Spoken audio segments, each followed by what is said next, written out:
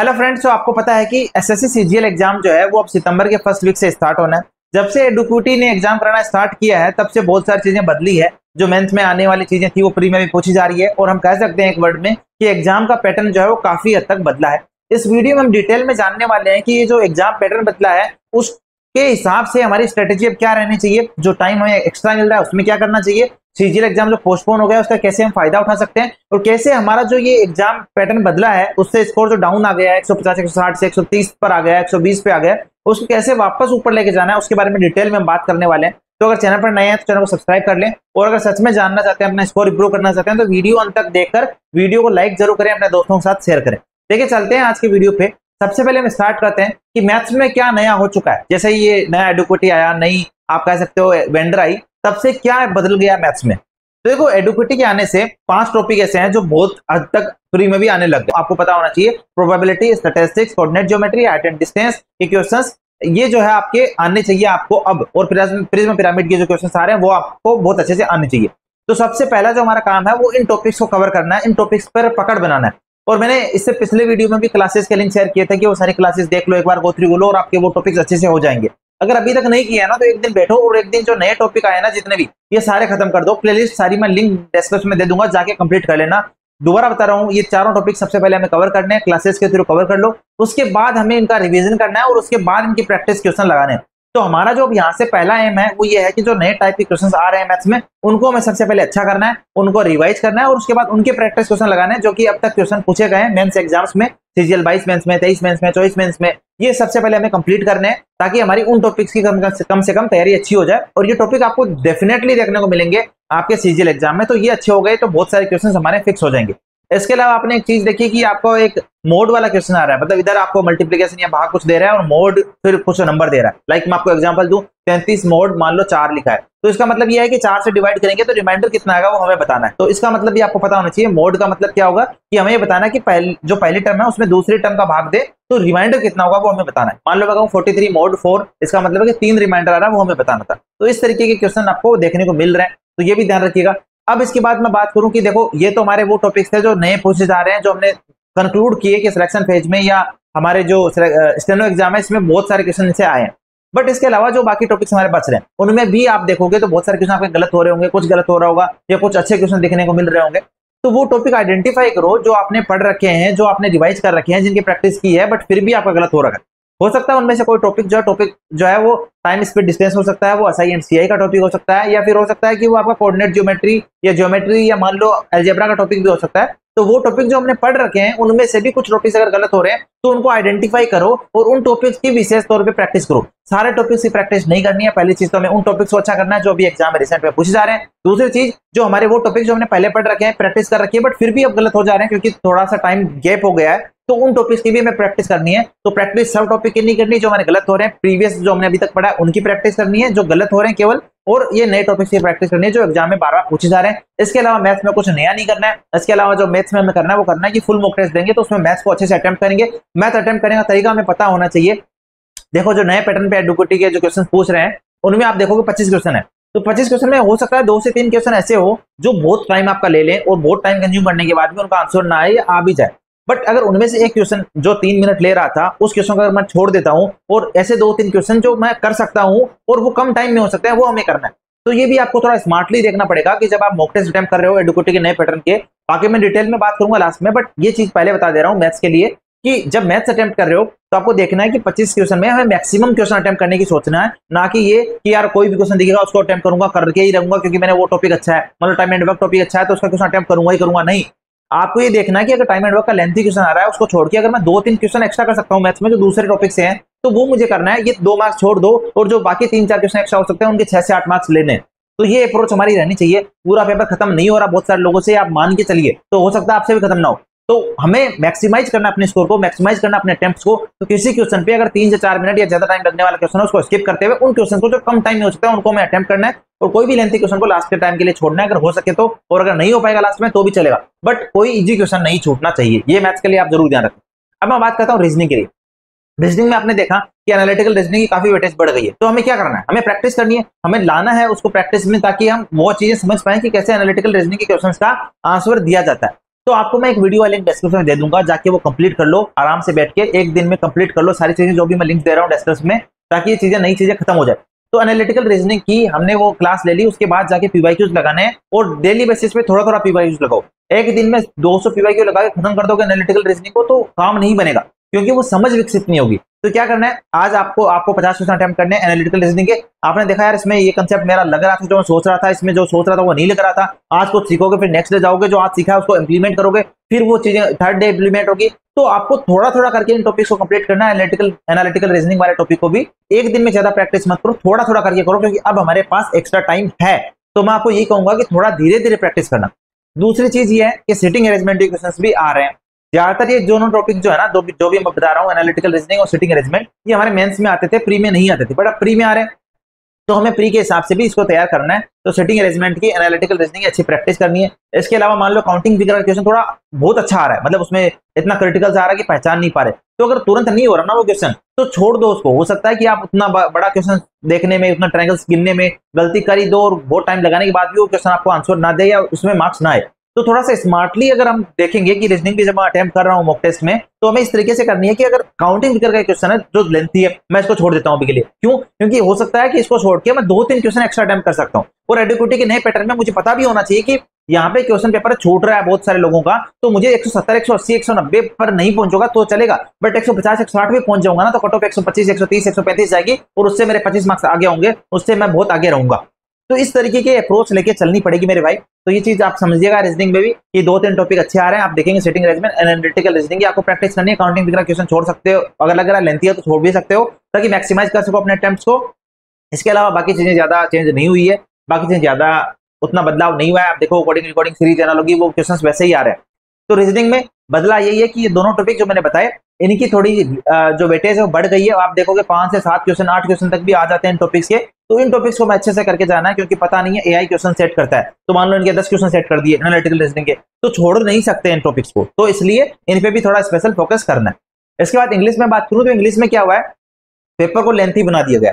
मतलब पूछना सिनोनियम सी है, बट पूरी स्टोरी बता देनी है। He wanted to go there and it, फिर पूछ लेंगे लास्ट में कि बताओ ये पूरा सेंटेंस था, इसमें इट का सिनोनियम क्या है नीचे वाला। भाई इस तरह के क्वेश्चन आ रहे हैं, इसका मतलब ये है कि क्वेश्चंस की लेंथ बढ़ा दी है, बट क्वेश्चन वही है जो पहले पूछे जा रहे थे। सिनोनिम पूछा जा रहा है, एंटोनिम पूछा जा रहा है, या वन वर्ड भी पूछा जा रहा है, तो उसको भी बड़ा सारा सेंटेंस लिख के उसके बाद पूछा जा रहा है। तो पेपर को लेंथी बनाने की कोशिश हुई है। तो हमें डायरेक्टली देखना है कि कुछ मॉक जैसे जैसे हम देते जाएं, हमें समझना है कि डायरेक्ट क्वेश्चन को कैसे पढ़ना है। डिनाई का सिनोनिम, अब डिनाई का डिक्लाइन मान लो सिनोनिम होता है, ठीक है, तो होता ही है वैसे। तो मैं पूरा सेंटेंस नहीं पढ़ के डायरेक्ट जा रहा हूँ synonym of deny in the sentence. तो डिनाई के नीचे जो आप 4 ऑप्शन देखे, तो उसमें एक ही जो सिनोनिम था डिक्लाइन, बाकी सब ऑप्शन एग्री वगैरह करके थे। तो मैं डायरेक्टली आंसर कर दूंगा ना, मैं क्यों सेंटेंस को पढ़ूंगा। तो टाइम बचाना भी आपको आना चाहिए कि कैसे इंग्लिश में टाइम बचाना है। आप देखोगे नरेशन पैसिव वॉइस की अच्छी वेटेज आ गई है, तो नरेशन पैसिव वॉइस अच्छे से आपको करने हैं। आप जाके क्लास देखो, या जो लेंथी क्वेश्चन है उनकी प्रैक्टिस करो। पीवाईक्यूज में जितने भी नरेशन पैसिव वॉइस की जो प्रैक्टिस क्वेश्चन है सारे कंप्लीट कर दो, क्योंकि इसमें से अच्छा क्वेश्चन आ रहा है, और जो गैप पैदा कर सकता है आप में और आपकी कंपटीटर में, जो भी आपके साथ तैयारी कर रहे हैं, जो भी आप ग्रुप्स में तैयारी कर रहे हैं, उनमें यही होगा कि मान लो नरेशन का अच्छा क्वेश्चन आ गया तो आप सही कर दोगे, क्योंकि आपने 300-400 नरेशन की प्रैक्टिस पीवाईक्यू प्रैक्टिस करके आए हो, और वो प्रैक्टिस करके नहीं गया, उसको लगाया मैं तो कर दूंगा, नरेशन इजी होता है। तो ये वाली चीज आपको जरूर डिफरेंशिएट कर सकती है। तो हमें पता है कि पैसिव वॉइस नरेशन अच्छा आ रहा है, तो उसकी हम क्या करेंगे, अलग से अच्छी प्रैक्टिस कर लेंगे, पीवाईक्यूज की प्रैक्टिस कर लेंगे। इसके अलावा बाकी पेपर में बड़ा चेंज नहीं हुआ है। आप देखोगे क्लोज टेस्ट में पैसेज आया है, बट पैसेज भी इजी होता है। उसमें आप देखो 5 क्वेश्चन है, उसमें से 2 क्वेश्चन तो सिनोनिम एंटोनिम पे बेस्ड आ रहे हैं, 2 क्वेश्चन है जो पैसेज पे बेस्ड आ रहे हैं। और पैसेज पे बेस्ड क्वेश्चन को कैसे करना है, पहले क्वेश्चंस को पढ़ना है, फिर पैसेज को पढ़ना स्टार्ट करना है, और जहां पे भी लगे कि ये पैसेज में ये लाइन जो है किसी न किसी क्वेश्चन का आंसर है, जाके वहां पे टिक कराओ। इस तरीके से करोगे तो ज्यादा नॉलेज बनी चाहिए होगी। ऐसा भी नहीं है कि मैं हिंदी मीडियम से हूं तो मेरे को दिक्कत हो जाएगी या कुछ भी दिक्कत होगी। मेरा अटेम्प्ट करने का तरीका भी यही रहता है, और आपको भी यही कहूंगा, इस तरीके से करोगे कोई दिक्कत नहीं आएगी।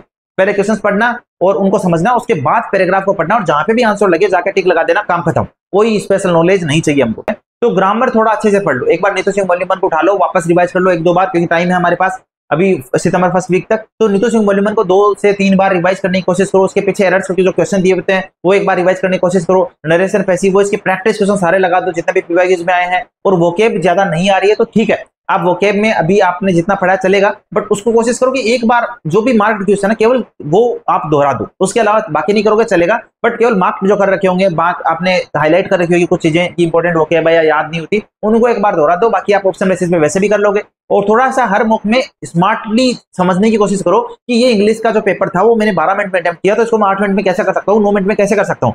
क्या मैं पूरा क्वेश्चन ना पढ़ के डायरेक्टली आंसर कर सकता था? क्या पैसिव वॉइस नरेशन में मैं ऑप्शन एलिमिनेशन बहुत फास्ट कर सकता था? क्या मैं जो पैसेज मैं अटेम्प्ट करने का तरीका है क्वेश्चंस को, उसको थोड़ा सा बदल के फास्टली कर सकता हूँ? पहले मैं क्वेश्चंस पढ़ के फिर आंसर करूंगा तो जल्दी हो जाएगा। तो इस तरीके से हर मॉक में एनालाइज करोगे ना कि इंग्लिश के टाइम को भी कैसे कम कर सकता हूं, तो आप बेहतर समझ पाओगे कि इंग्लिश का टाइम कैसे कम होगा, और वो जो टाइम बचेगा इंग्लिश वाला वो जाके आपका जो है मैथ्स में ऐड होगा, और मैथ्स के क्वेश्चन ज्यादा आप अटेम्प्ट कर पाओगे, जो मैथ्स के क्वेश्चन आपके छूट रहे हैं वो नहीं छूटेंगे। तो स्मार्टली हर मॉक में मैं एनालाइज करते हुए चलना। मैं बात करता हूँ जीके की, और उसके बाद डिटेल में मैं फिर से कंक्लूड करूंगा कि मॉक टेस्ट को अटेम्प्ट करते टाइम कैसे हमें चीजें लेके चलनी है।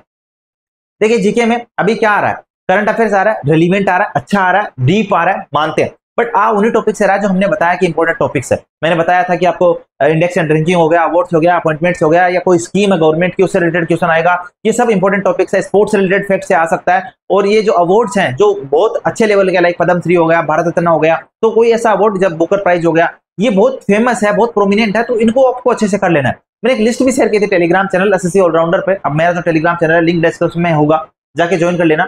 वहां पे आपको मैंने लिस्ट शेयर की थी कि भाई जीके में ये इंपॉर्टेंट टॉपिक्स है, केवल आप ये कर लो, अगर ज्यादा नहीं कर पाओ तो आपका अच्छा स्कोर आ जाएगा। और आप जब उस लिस्ट को में जो टॉपिक्स लिखे हैं वो करने के बाद मॉक टेस्ट अटेम्प्ट करते हैं, तो आपको पता चलेगा कि यार सेम जो टॉपिक्स हमने उन्होंने बताए हैं लिस्ट में, वही टॉपिक से क्वेश्चन हमें आ रहे हैं।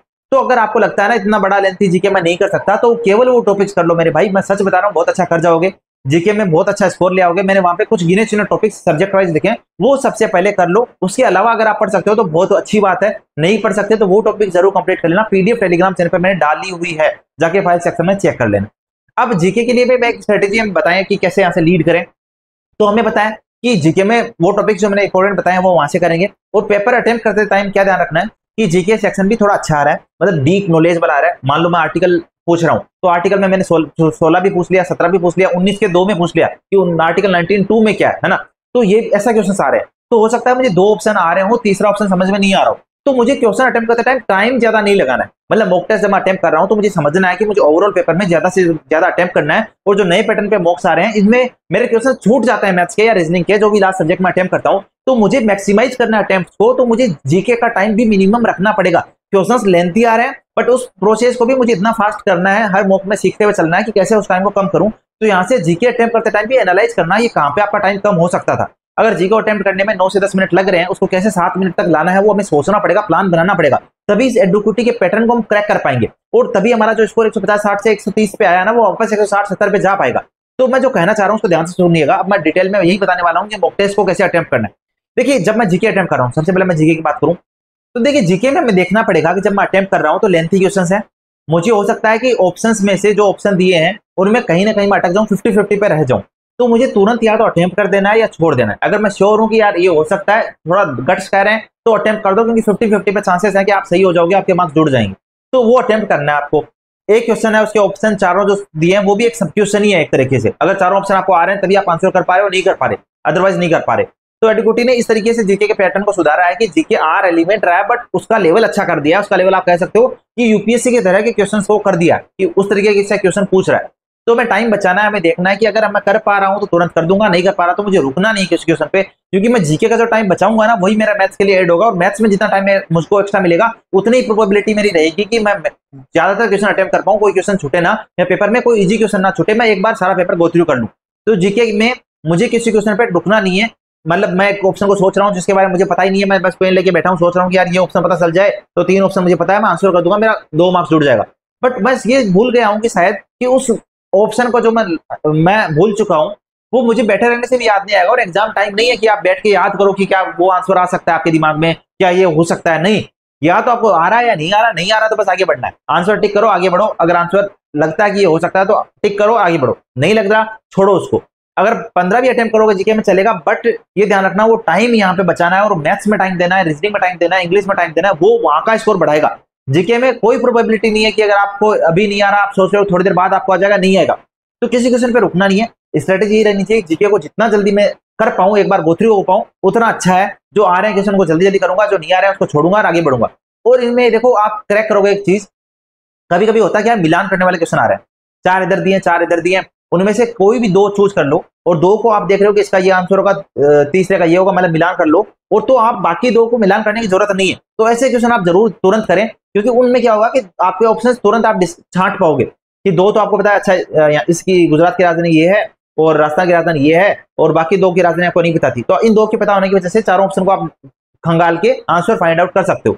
तो ऐसे क्वेश्चन पे आपको देखना है कि आप वो जरूर अटेम्प्ट कर लें, और बाकी ऐसा नहीं है कि जीके सारा ना करने योग्य आ रहा हो, 15 क्वेश्चन 17 क्वेश्चन 18 क्वेश्चन आप आराम से कर सकते हो। बाकी क्वेश्चन जो है उन पे टाइम बचाना ही आपको देखना है, और किसी क्वेश्चन पे रुकना नहीं है जीके में, क्योंकि जीके अगर कम मार्क्स भी आ गए, मान लो आपके 25 मार्क्स भी आ गए चलेगा, और बट वो जो टाइम बचा लिया ना जीके का आपने, वो मैथ्स में दे दिया और मैथ्स का स्कोर आपका अच्छा आ गया, 45 आ गया, 50 आ गया, 42 आ गया, 40 प्लस आ गया, वो आपका ओवरऑल स्कोर बढ़ा देगा। तो ये ध्यान रखना है कि जीके को भी थोड़ा स्मार्टली अटेम्प्ट करना है। मैथ्स को अटेम्प्ट करते टाइम ध्यान रखना है कि कोई भी एक क्वेश्चन जो लेंथी हो सकता है, आपको आ रहा हो, वो टॉपिक आपका स्ट्रॉन्ग हो, उसको करने की बजाय आपको ये देखना है कि कोई इजी क्वेश्चन 3-4 है वो ज्यादा अटेम्प्ट हो पाए, क्योंकि इस पैटर्न में क्वेश्चन छूटने वाली दिक्कत ही आएगी आपको, जो आएगी कि टाइम कम पड़ जाएगा, आ सब रहा है बट टाइम कम पड़ रहा है, लेंथी है पेपर। तो ये चीज आपको देखनी है। दूसरा, कैलकुलेशन पे थोड़ी अच्छी स्ट्रॉन्गनेस बना लो, जो यूनिट डिजिट के कॉन्सेप्ट हैं, जो बेसिक आपको पता होने चाहिए टेबल्स हैं, उनको थोड़ा अच्छे से कर लो, ताकि आप आंसर फास्टली कर सको। कहीं यूनिट डिजिट से तुरंत आंसर आ सकता है और आप पूरा कैलकुलेट कर रहे हो तो उसका टाइम वेस्ट हो रहा है, वो टाइम किसी दूसरे क्वेश्चन पे जा सकता है। तो हर मौके में हमें सीखते हुए चलना है कि रीजनिंग में भी हमें पता चल रहा है कि अच्छा ये इस तरीके के क्वेश्चन आते हैं, अच्छा काउंटिंग फिगर में मेरे को नहीं करना है, क्वेश्चन को एक बार के लिए छोड़ देना है, या कौन से क्वेश्चन अटेम्प्ट करने हैं। तो बेसिकली जब मैं मॉक अटेम्प्ट कर रहा हूँ तो मुझे सीखते हुए ही चलना है कि मुझे कौन से क्वेश्चन छोड़ने हैं पहले गो में, या कौन से क्वेश्चन को जल्दी अटेम्प्ट करना है, किस तरीके से अटेम्प्ट करना है, इंग्लिश में कितना टाइम देना है, जीके के टाइम को कैसे कम करना है, रीजनिंग में कैसे टाइम को कम करना है, ये सब ओवरऑल मैं हर मॉक बाय मॉक सीखूंगा। और इसके लिए मुझे हर दिन एक एडुकेटी की पैटर्न का मॉक लगाना है। अगर अवेलेबल हो पाते हैं इतने मॉक्स तो हर दिन लगाओ, अगर नहीं हो पाते हैं तो अल्टरनेट डेज पे जरूर मॉक लगाओ, बट एडुकेटिव पैटर्न के जितने ज्यादा मॉक्स लगोगे उतना ही आपका स्कोर ग्रो होता दिखेगा। जो भी स्कोर आपका 120-30 पे आ गया ना, वापस जैसे ही आप 5 से 10 मॉक लगाओगे ना, आपकी आदत हो जाएगी उन चीजों को, प्रेशर को एब्जॉर्ब करने की, उन चीजों को टाइम लिमिट में करने की, और धीरे धीरे वो स्कोर आपका वापस 170, 160, 150 जहां तक आपका स्कोर पहले था उतना पहुंच जाएगा। तो मेरी जो सजेशन आपको यही है कि हर मॉक के बाद एनालाइज करना कि कैसे इंग्लिश के टाइम को कम कर सकते हैं, जीके में कौन से क्वेश्चन में मैंने ज्यादा टाइम दे दिया जो कि मैं कम देता तो भी मेरा उतना ही मार्क्स आता, या मैथ्स में कौन सा ऐसा क्वेश्चन था जिसको मैंने करने में शायद 3 मिनट लगा दिया और उसकी वजह से मेरे क्वेश्चन छूट गए जो कि मैं कर सकता था कम टाइम में। तो ऐसे क्वेश्चन को छोड़ना, स्किप करना आपको आना चाहिए। इस न्यू पैटर्न पे जितना आप स्किप करना, जितना आप ये सीखोगे कि जितना जल्दी आप किसी क्वेश्चन से आप आगे बढ़ पाओगे, वो वाली चीज सीखोगे, उतना ही आपका स्कोर ग्रो होता दिखेगा। इस नए पैटर्न में सब कुछ अटेम्प्ट करने वाली स्ट्रेटेजी नहीं चलेगी। इस नए पैटर्न में वन गो में सब कुछ करने वाली स्ट्रेटेजी नहीं चलेगी। इस नए पैटर्न में आप सोचते हो कि मैं स्टिक हो जाता हूं, मेरा स्ट्रॉन्ग पॉइंट है तो मैं उसको करके जाऊंगा आगे, ये मेरा स्ट्रॉन्ग टॉपिक है, इसका क्वेश्चन तो करके जाऊंगा आगे, तो कभी आप सफल नहीं हो पाओगे। इसमें यह है कि बस बहते चलो, जो आ रहा है तुरंत करते चलो, बहते चलो। एक बार 100 क्वेश्चन तक पहुंच जाओगे, उसके बाद आपको जो भी टाइम मिल रहा है कर लो, बट एक बार पहला टारगेट ये होना चाहिए 100 क्वेश्चन तक पहुंच जाओ, क्योंकि क्वेश्चन छूट रहे हैं लोगों के, इजी क्वेश्चन छूट रहे हैं। लास्ट में पता चलता है कि यार रेडियस भी है, एरिया पूछा, वो वाला क्वेश्चन छूट गया। तो ऐसे क्वेश्चन नहीं छूटने हैं, इसके लिए मेहनत करनी है और थोड़ा स्मार्टली अप्रोच के साथ आगे बढ़ना है। ध्यान रखना, मॉक टेस्ट से सीखते चलो, हर मॉक में बहुत कुछ सीखने को मिलेगा। यही है मेरी तरफ से, एंड जितना सीखेंगे उतना ही आपका स्कोर ग्रो होता चलेगा। तो all the best. I hope कि जो एक्स्ट्रा टाइम मिला है इसको यूज करेंगे, अच्छे से मेहनत करेंगे और क्लैरिटी है दिमाग में कि हाँ यार एग्जाम तब है और तब तक शायद चीजें इंप्रूव भी हो जाएगी, तो मुझे अपना बेस्ट देना है और इस बेस्ट बचे हुए टाइम में बाकी लोगों से बेहतर करके आगे बढ़ना है। तो ऑल द बेस्ट, तैयारी करते रहिए। कोई भी दिक्कत हो कमेंट सेक्शन में पूछिए, टेलीग्राम ग्रुप में मुझे मैसेज कर सकते हैं, टैग कर सकते हैं मुझे। तो ऑल द बेस्ट, तैयारी करते रहिए एंड आगे बढ़ते रहिए।